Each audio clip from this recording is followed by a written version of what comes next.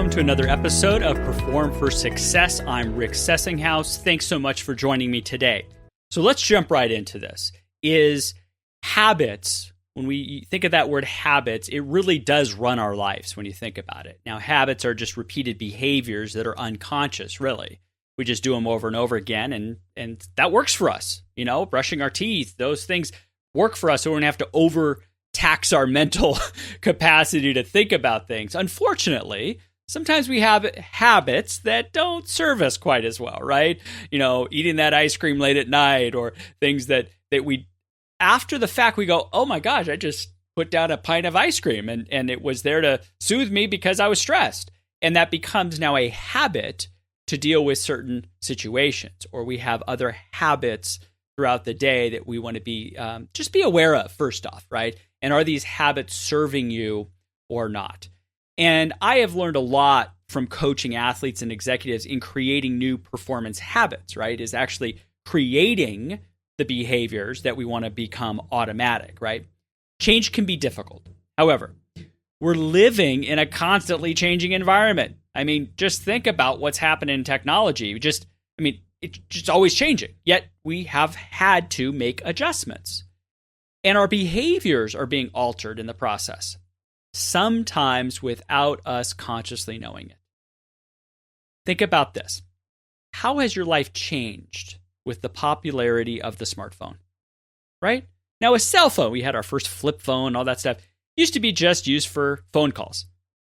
And now it has evolved into having a computer in your pocket with the capability of replacing several type of devices. We have all changed our habits as a result of this piece of equipment, of this device. Now we spend time on social media, which really didn't exist 10 years ago. We are texted, we are emailed, and bombarded with information constantly. Our behaviors have changed. We have created new habits based on needs and our perception of these new social rules, right?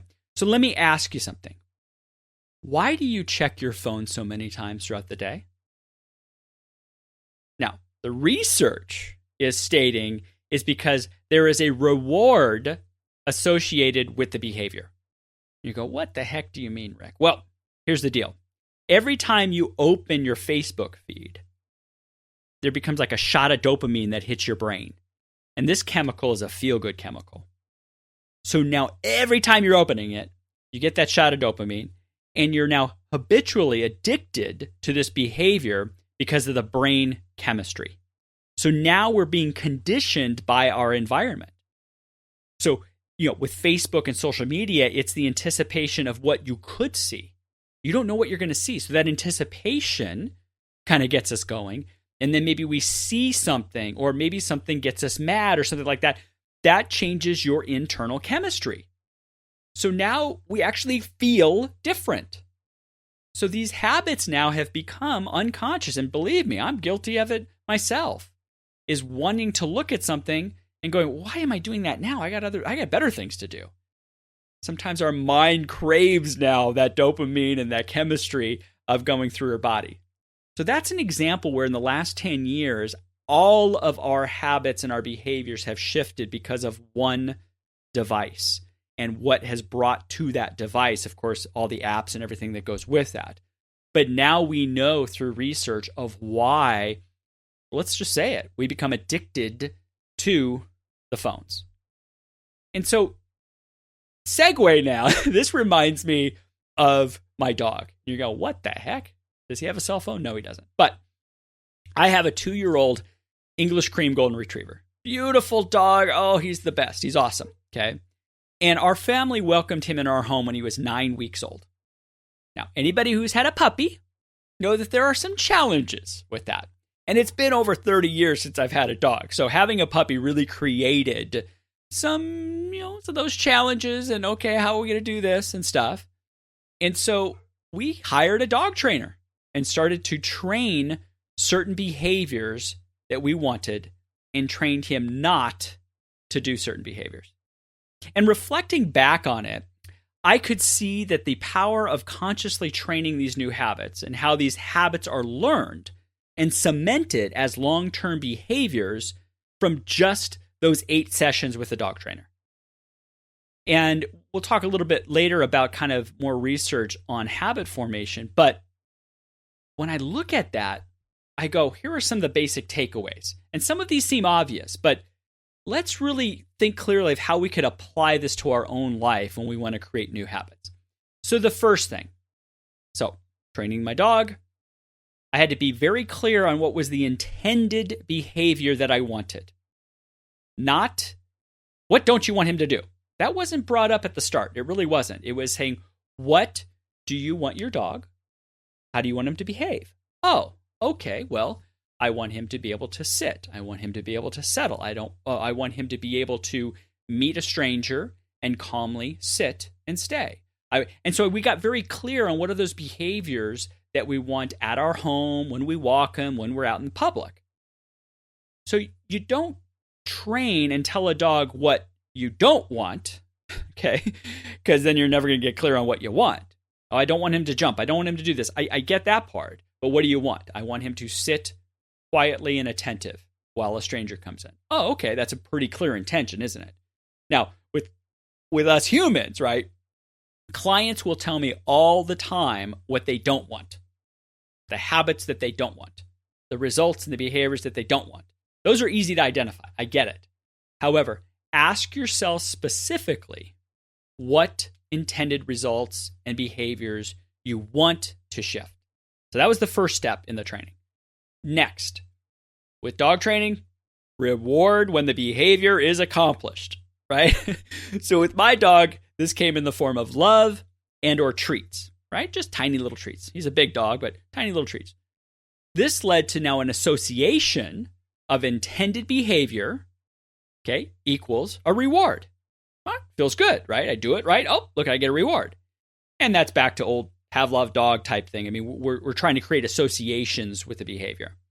And when we are rewarded, we are more likely to repeat it. Back to the cell phone thing, right? You're going to feel something that you get addicted to and you keep repeating it. So in your life, what reward, either it could be positive self-talk, it could be external reward, can you use to repeat to create that behavior reward association? Okay. And so when we're looking at it, because you do want to, when you, let's say it's exercise and you exercise and after you finish, hey, give yourself a pat on the back. Great self-talk. Hey, way to go. I stuck through that workout. Didn't want to do it, but I did it. I feel better. Okay. That's a form of reward. You are literally identifying you did it. You're acknowledging it. And then that helps boost the association that this is a good thing. Okay. So reward yourself when the behavior is accomplished. Next thing is repeat, repeat, and then repeat.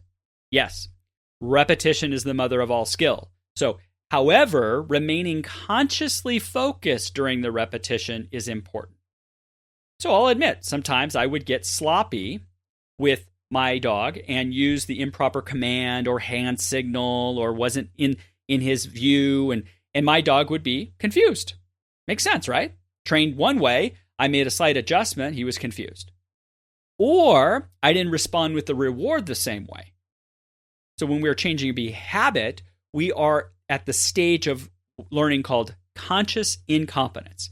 We know we don't know how to do it, right? So we know that, and we're trying to make that change. We're trying to make it be competent, right? We're competent at it, but we're also trying to make it unconscious so we don't have to think about it in the past.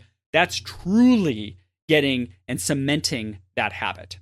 So at this stage, conscious, we know, incompetence, that we don't know how to do it. So we have to keep repeating it over and over and over again. And keeping the focus on the proper behavioral cues over and over creates the then unconscious habit. Can't emphasize this enough of being the attention for each habit, each repetition is crucial for your mind-body to now connect. Number 4 is remind yourself why you are making the habit change in the first place. Creating a compelling enough why that you want to make this change really is more than half the success equation. Now, in season 1 of the podcast, I did an episode on motivation, and it outlined the different forms of motivation. Motivation is basically defined as your motive to take action. So tying the behavior to a purpose will make it more likely that you will keep with it, right? So back to the exercise idea. You have some people whose habit of exercising is very strong and it's sustainable because they're going to have their wedding, or they're going to have a 20-year reunion, or they have an event in the future that pushes them, and they always now connect the two. Oh, I want to look good at that reunion, thus I'm going to do my exercising. And guess what? Well, as long as that motivation is there, they tend to do the exercises. Now, you remove that motivation, it's after the reunion. Do they still do it? That's another story. Okay. But basically, creating that habit is going to be linked to something that's important to you. Okay. And that's the motivation factor. So let's make sure that we have a clear and compelling enough why. Now, with my dog, we wanted the dog to be safe. I have 3 kids. We wanted there not to be any injuries and anything like that. We want to be able to go out in public and know that the dog is going to behave. And that was, hey, that's fun. We're going to go take him here and take him there.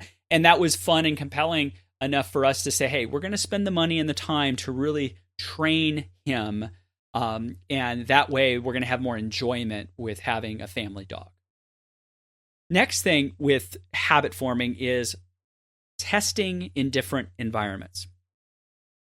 And what I mean by that, and with my dog, it was testing inside the house, outside the house, with strangers, at a park, and you change the environment eventually to see, did the habit stick in all these different environments?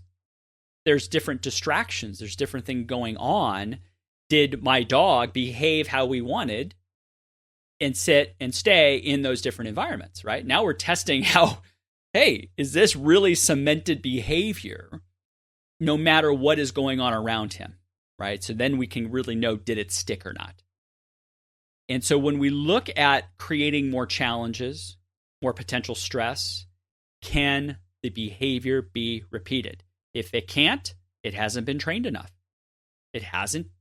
So we now need to look at, and in sports, it happens all the time where somebody has a habit, a behavior that looks great in practice, but does not show up in game time because of stress and other things that they have not trained for. So the habit was not strong enough to deal with pressure and stress. Now that becomes a mental game issue, which I've talked about in other episodes. However, when we're trying to train something, we also have to look at what are those potential challenges in the future that this habit could come across. With exercise and nutrition, it's, I'm going to be going to a birthday party this weekend, and man, they're going to have cake and alcohol and all this stuff that, I really want, but that goes against it. Now, we have to set ourselves up and say, hey, that's a different environment. Can I still do my same habits in that? Again, we got to connect back with our why, motivation. There's a lot of things that have to do with that. But basically, can you test it in different environments? And then now we know, is it working or not? The last area with the dog training was retrain. Say, what the heck, retrain? I thought we did all this training. Well, sometimes, again, me as the master got sloppy and months go by and don't quite see he's doing the same thing like he used to. And I have to evaluate, is the habit not showing up the same way? And so we bring in the trainer for a refresher, maybe only one time. But now we get back to those fundamentals. We get back to how we're going to do the cues and how and we get back. It's all about fundamentals, everybody, and about those habits now being entrenched there. So we have to retrain it, and we have to be constantly evaluating how it's showing up. So there's been a ton of research on habit formation. And some of the old research was that it took 21 days to form a new habit. Now, some of the updated research says it's 66 days straight. No matter the number, let's just talk about what some of this research and how it concludes with some of the same similarities. One, you got to be clear on what habit you want to repeat. I know that sounds silly, but so many people get into what they don't want to happen. I don't want to eat junk food. and they don't understand the habit is I'm going to make healthier choices and eat healthy food. Okay, well, that's the habit that we're trying to ingrain. Next is consciously focused attention when repeating the habit. Okay, if I'm fully engaged in when I'm doing it, it does literally get ingrained in my mind body a lot more than if I'm sloppy with the attention and not really being conscious of it. It's not going to form a habit. So taking the time to really put the mental, emotional energy into changing the behavior is crucial. Next, covered this a little bit before with the dog idea, is gradually increase the challenge. Go from what we call closed environment, which has almost zero distractions. You can control your environment more, to an open environment. Okay. And so in the dog, it was taking from the inside to the outside of the house, on a walk, to a park, with strangers, with other dogs, to a dog park. And you start increasing the amount of stimulus around, the amount of potential distractions, and literally the challenges that would creep in. But I'm not going to go take him to a dog park the first week and expect him to sit and stay. It's just way too much. I haven't ingrained the habit enough. So I would want you to think about what the habit is. And again, baby steps. Learn it in a safe environment, closed environment, and then progressively challenge yourself to see if it sticks. So what habit do you want to create? Be clear on that habit forming process and why it's important to make the change in the first place, right? Motivation starts the process. But along the way, you need to remind yourself of why this is important. So often we get started with a bang and then we fizzle out. So habits, we connect that, we associate that with what we want, we associate that with maybe a greater goal, and guess what? They tend to stick more often because, yes, back to the repetition and doing it more days in a row, so on and so forth, is also linked to that motivation. Remember, habits are really your automatic behaviors. So why don't we start today by being more conscious of these behaviors and choosing new habits that will serve you in life? So thank you again for joining me on this episode. Again, I get real excited about sharing this information, things that I apply to my own life and have worked with other clients and businesses. And it just, again, the wealth of information that's out there can all help us. And as I get back to kind of my main mission is that all of us have busy lives and we have a lot of things going on. And I think sometimes I'll call it our performance gets diluted. We forget what we're doing and we're not attentive and we're not engaged with our roles throughout our day. And so use some of this information. Let's get going in the right direction. Little things make a big difference. So thanks again for listening. I would love if you could share this with friends and coworkers that can benefit from this information.